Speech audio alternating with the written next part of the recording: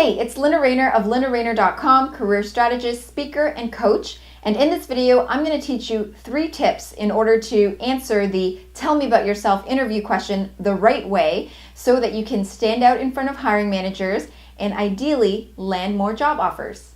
Now, before we begin, there are a couple of ground rules that you need to know before you can develop the perfect answer to this question. Rule number 1, do not talk about your personal or family life. When someone asks you, tell me about yourself, they're not actually asking you to tell them about your personal life choices and the mistakes that you've learned from and how you got here as a human being. They're not actually asking you to tell them about yourself. They're actually asking you to tell them about your qualifications, your experiences, as well as why you're a good fit for this role. That's it. They just want to know about your professional background and experience in a nutshell.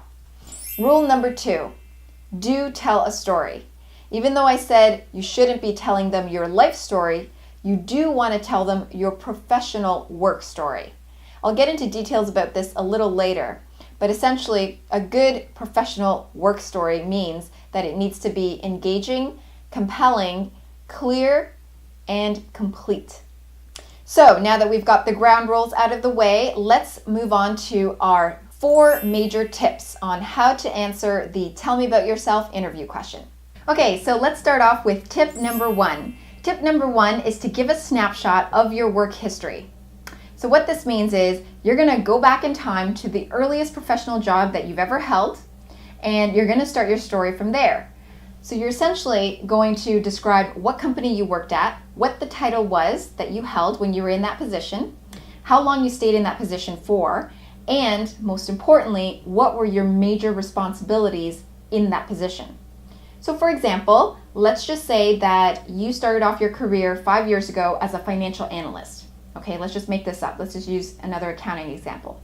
You started off your career as a financial analyst 5 years ago, and then you moved up to senior financial analyst, and now you're a finance manager. When you tell your story, you're going to start with your role as a financial analyst. And you're going to say something along the lines of, I started off my career as a financial analyst 5 years ago with XYZ company, where I performed full cycle accounting duties, month-end close procedures, and assisted with budgeting and forecasting on a monthly basis. So now you're going to do that for each and every one of your positions. You're essentially telling mini work snapshots for every position that you've held up to the current position that you're holding right now. Tip number 2, make your mini stories achievement oriented. So after you've told the employer about the company that you were at, the title that you held, the number of years you were there for, and the major responsibilities that you had in that position, you're then going to also describe one major accomplishment that you were able to achieve in that role. So I explained a lot about what accomplishments were in my previous video, Resume Hacks, How to Make a Resume Stand Out, which is in the link below. But at the same time, I'll explain it here.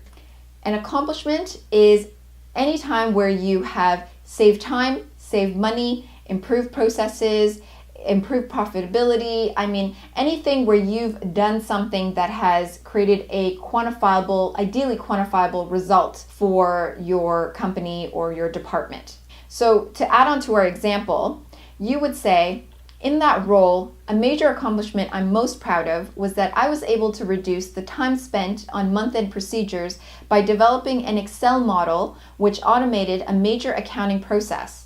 This resulted in a time savings of approximately 1 day per month. So you'll do both this tip number 2 and tip number 1 in conjunction with each other for every single position that you've held. Now on to tip number 3. Tell the employer what you know about this role. Once you've gone through your entire story and you've told the employer about your major roles as well as the accomplishments that you've achieved, it's now time to acknowledge to the employer what you know they need for this particular position that they're hiring for. So to continue on our example, you'll then say, I understand that for this position of finance manager that you're hiring for, you're looking for someone with strong process improvement skills.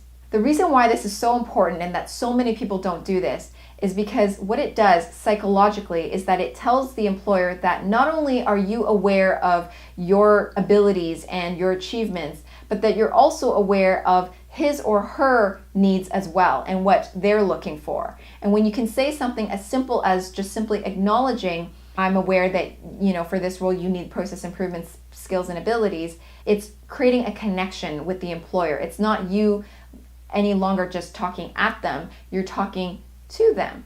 Finally, on to tip number 4. Tell the employer why you're the right fit for what they need.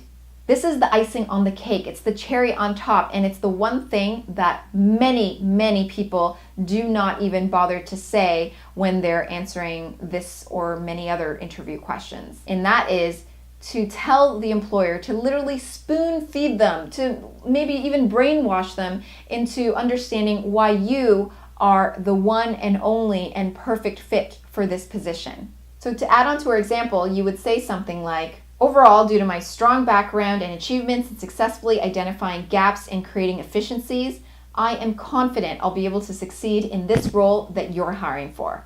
You need to tell the employer why you're the right fit for the job. If you don't end off with this, it's going to end off on a flat note. It's going to not be the most stellar response. It's just going to sound like everybody else's response. But in this case, you are making it very clear and specific, even without them having asked you why you're the right fit.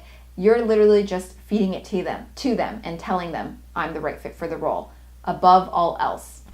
So now you know how to answer one of the toughest interview questions, but do you know if your resume stands out enough that you'll even land the interview in the first place? If not, then feel free to download a free copy of my 10 Ultimate Resume Hacks cheat sheet, which is located down below. The link is right there. Feel free to click on it, enter your email, and I will for sure send you a copy. If you like this video, then please give it a thumbs up, subscribe, share it with your friends, and thank you so much for watching. I will see you in the next video.